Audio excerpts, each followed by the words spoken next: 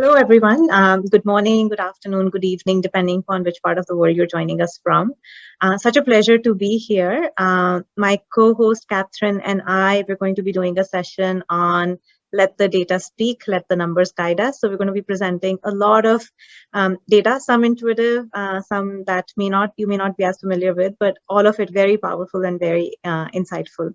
Before that, let me introduce myself. My name is Seema Bansal. I am the lead ally for the LGBTQ network at the Boston Consulting Group. Boston Consulting Group is a leading consulting firm globally with a very large presence in India. I've had the pleasure of being the lead ally for the last 7 or 8 years. It's been an amazing journey for me, one filled with learning, filled with new friends, and very excited to be here. Kathryn, over to you.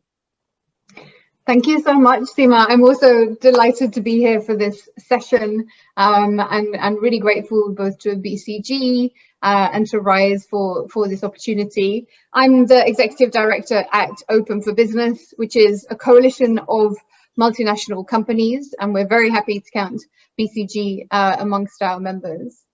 So I'm going to kick off the presentation today by sharing a few slides, which I will just put up on the screen now. There we go. Wonderful. So to kick off, Open for Business, as I mentioned, is a coalition of global companies. We count 36 companies now amongst our members, and you can see their logos here. The organization was first created back in 2015 and essentially came together at a time where when companies were relatively comfortable sort of supporting Pride events, maybe in London or in New York, but less so when it came to Pride in Moscow or potentially Warsaw. So the organization really wanted to address that discrepancy and make sure that there would be a possibility for all of these companies to come together on the issue of LGBT+ inclusion. What we do, which sort of sets us aside from other organizations, is we always gather sort of data and research to support what we call the economic case for LGBT+ inclusion, which I will talk about today. Of course, we recognize that this is ultimately an issue of dignity and human rights and respect, but we find that by drawing on this economic case, we can bring skeptics and others to the table and broaden the dialogue on LGBT+ inclusion on a global basis. So as you'll see from this slide, over the years, we've noted that there are improvements in the world of LGBT+ rights. Of course, there's still a long, long way to go, but we track each of these issues, everything ranging from employment protection to marriage equality, through to gender identity rights, etc.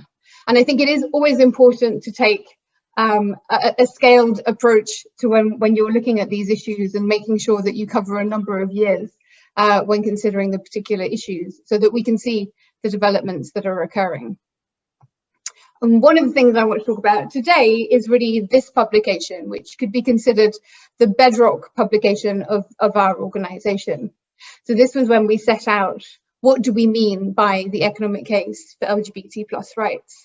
And effectively, this publication looks at what we call 27 propositions, which basically is a distillation of many, many different data points that cover lots of different issues that already promote a positive correlation between LGBT+ inclusion and other economic and business issues, as we will see.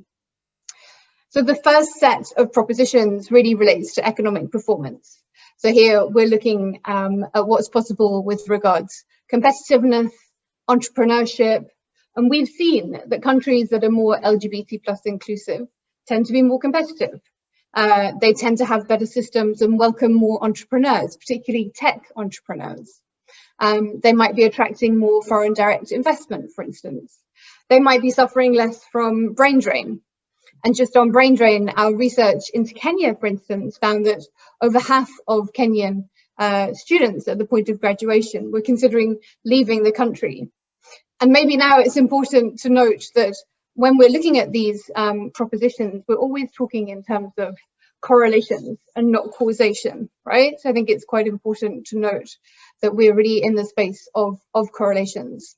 But we see strong correlations, and we see many of them. And when taken together, it builds a very, very compelling argument. So increases in GDP also relating to increases in LGBT plus inclusion and rights, for instance. Then building on this, we take a look at the business performance aspect. And this may be familiar to many of you, but there are now lots of studies out there that talk about how if a company is more LGBT plus inclusive, they're more likely to attract better talent, retain that talent. We've also seen that these companies are more innovative in general, and that they have greater collaboration between their staff. So all of that leads to better companies doing better business in all. Proposition 19 talks about financial performance. I'm sure many of you are familiar with the Credit Suisse basket of 350 companies, LGBT-friendly companies, which were outperforming other indices that the organization tracks. So very interesting, concrete data in that space. And then finally, individual performance. So this is all about, how to make sure that someone who is part of our community is comfortable at work. Things like authenticity, motivation, etc., etc. What's important to note here is that our findings don't just relate to people who are in the LGBT plus community, but actually all employees benefit from these statistics going up when the company is more LGBT plus friendly. So that's really an argument, a very compelling argument for businesses to engage in these issues. Another study that I wanted to flag today, as we're talking about data and research, is our work on cities.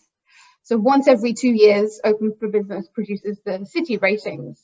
The last report in 2020 looked at 144 different cities from around the globe. And what we do is we combine two sets of metrics. On the one hand, we're looking at metrics that relate to economic competitiveness, as you can see here. And then on the other hand, we're asking how LGBT plus inclusive is a particular city. And there we've looked both at the social attitudes and also the legal situation in a particular city. And when you combine those two sets of metrics, you get very interesting results. And this is in fact the only study of its kind that does that.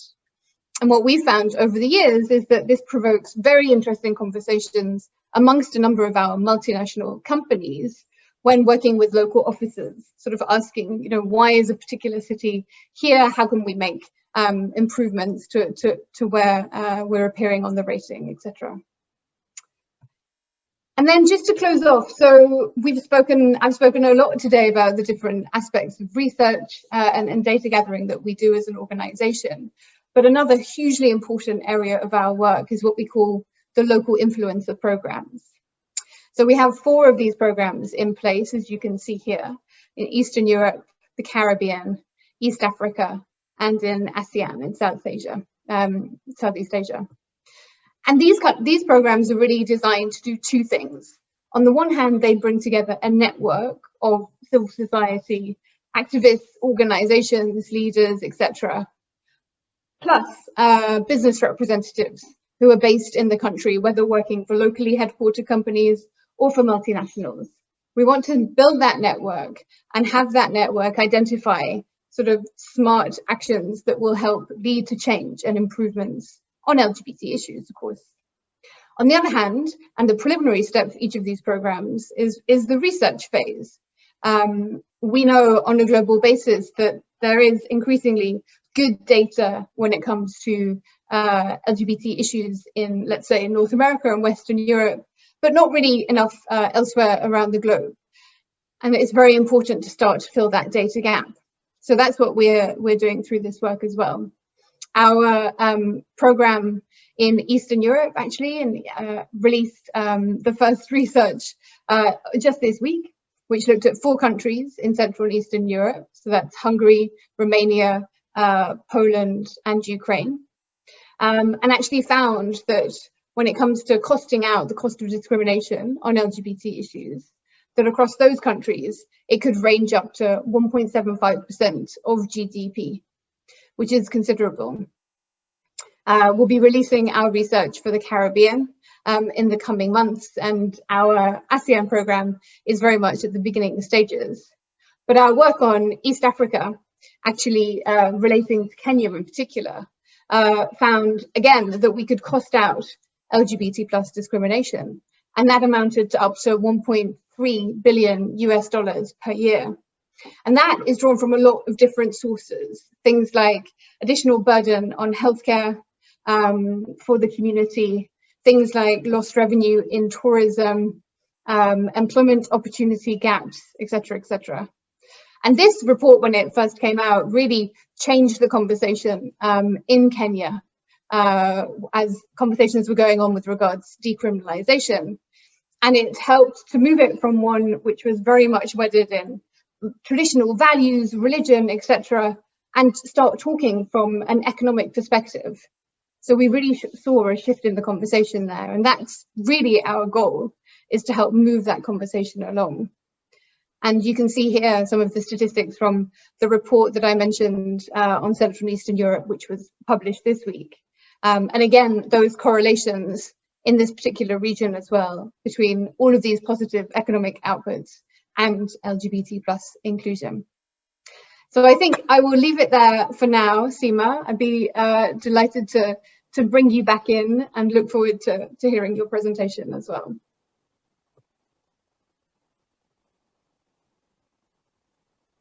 Thank you, Kathryn. I'm just pulling up my presentation here. Lovely to see all of those numbers.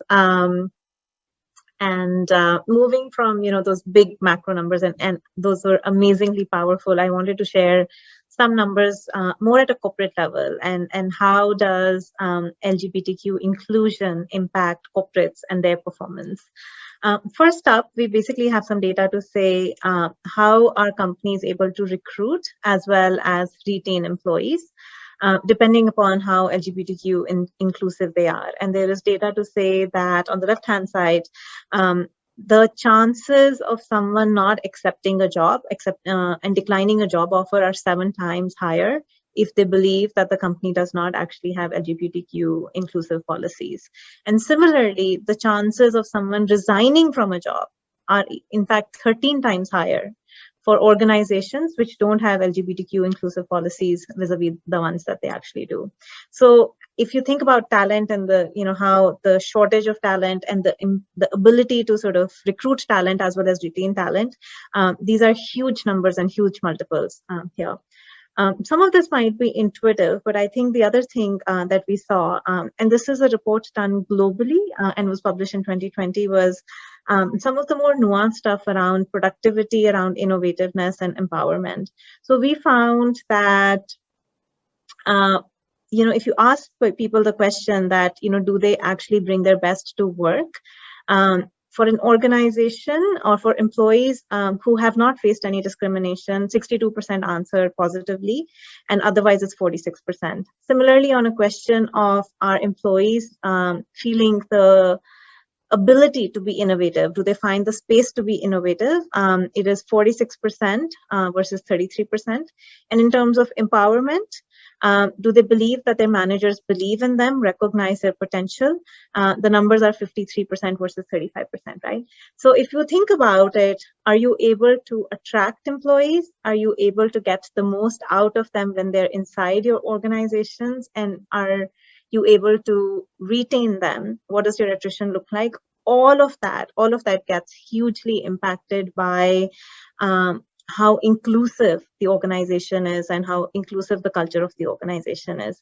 This shouldn't come as a surprise, but I think it just kind of puts some numbers behind what we might already believe is the truth. I guess the other thing is that, and again, I want to point out that this data is global, and for the audience here, which is largely from India or even more broadly Asia, these numbers might actually look very, very different and significantly lower. 80% of LGBTQ talent believe that they're comfortable being out, but yet only 50% of them are actually out. And I'm sure, Kathryn, you have numbers, from different countries and geographies disaggregated, but that's still a long, long way to go, right? And this is data from 4,000 respondents across 10 plus countries. So even across the world, when we look at how many employees are actually feeling completely comfortable in being out and are actually out, it's only 50%. So what does this actually mean in terms of what a corporate actually needs to do? And what we've tried to do is frame that in 3 fairly simple steps, right? The first step here is, is very intuitively just establishing the diversity and inclusion policies. It is about adopting non-discrimination policies. It is about publishing them. It is about making them known, more broadly. And I think this is something that perhaps many organizations are able to actually do today. Once you have this policy framework, I think the next step is really to build the sort of the hardware, the infrastructure around that inside your organizations. And that is necessary to drive sort of the change that you actually want. This largely starts with saying things like developing an employee resource group, which actually has senior sponsorship, which has funds, which has empowerment, the ability to take decisions, the ability to go out and do things, do activities, and take on an aspirational agenda. When you think about recruitment, it is necessarily about reaching out to them, identifying ways in which you can reach out to LGBTQ candidates, being able to target proactively, being able to position yourself as an inclusive environment organization and being able to attract them. Offering equal benefits to LGBTQ employees, and sometimes, this is far easier said than done. I think there are many ways that, we actually end up seeing inequality. So, and I think one really has to go back and look at all benefits and what the subtext is. So, for example, what do your insurance policies look like? What do your sort of partner or spouse policies look like? What do your family policies look like? And unless you're able to see all of those benefits from the eyes of someone who's from the LGBTQ community, sometimes many of these things are just blind spots for organizations. And finally, things like gender neutral bathrooms and some of that stuff, right? So this is all of the hard infrastructure. And I think as corporates look around themselves, I think there's a lot of now sort of literature, best practices, which are available. One can talk across organizations and understand what's happening in other organizations. I think in some parts of the world, there are also actually now advisors or consultants who can actually come in and help corporates actually, really just develop an agenda around this and take that on, step by step. I think the hardest part, and which is, I think, just the continuing journey, is what is called, really driving a deeply inclusive culture. And I think that is where the most amount of effort is needed. And this is perhaps the most nuanced and most intangible of what an organization actually needs to do. How does one allow the LGBTQ employees to self-identify themselves? How does one create the safe space and to actually allow for that self-identification? How does one actually offer true allyship? One thing is to actually create sort of ally networks, but how does one genuinely allow true allyship? And in this, starting to think about also intersectional allyship. For example, I think there is data in India, we don't have it on these slides, to say that, gender and LGBTQ, and when you intersect those, so if you are a woman and from the LGBTQ community, your comfort levels in being out are far, far lower than if you're male and LGBTQ, right? So how does one think about intersectional? And then in a country like India, but more broadly Asia, the things around religion, caste, background, all of those start to become very important in how comfortable you are. Measuring and offering incentives for managerial performance. So how do you think about leadership? And how do you genuinely incentivize leadership in both sort of measurable ways, hard ways, as well as soft ways, in how their behaviors are with respect to diversity and inclusion and what they actually do. Having a confidential ombudsperson that one can actually go to. And finally, things like establishing pronoun guidelines, training employees. But all I want to say is that, look, that last list is almost endless, right? I think one can continue to do more and more and more. And that is almost like a learning journey that every organization has to be on. But overall, this is what it is. So I think if you're an organization, I think these are the three broad buckets in which you can actually think about driving a really inclusive agenda, and follow sort of this journey. There's a number of resources which are available. We've just pointed out some here, which are from BCG as well as from Open for Business, or things that we've done jointly. We very recently, actually, if you are a higher education institution, we very recently come out with this amazing study on fostering pride in higher education in India. Beautiful case studies, a lot of research from students, from alumni, and their voices in terms of, what is inclusivity to them and how can campuses become more inclusive. There's a broader report on diversity dividend in Southeast Asia. So looking at sort of this entire region and what diversity brings to organizations and to corporates.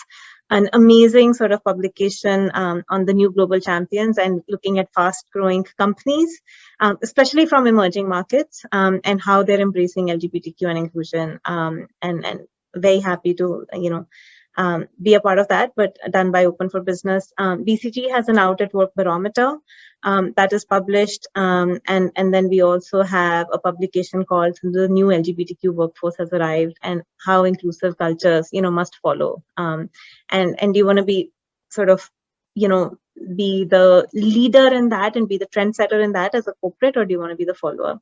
All of these are available on our website and very much available to everyone as open IP. This is, I guess, a little bit of a BCG plug here. I think we do take pride in sort of where we are in terms of, BCG and what it stands for. Like I said, I think it's a journey that we're on, but it's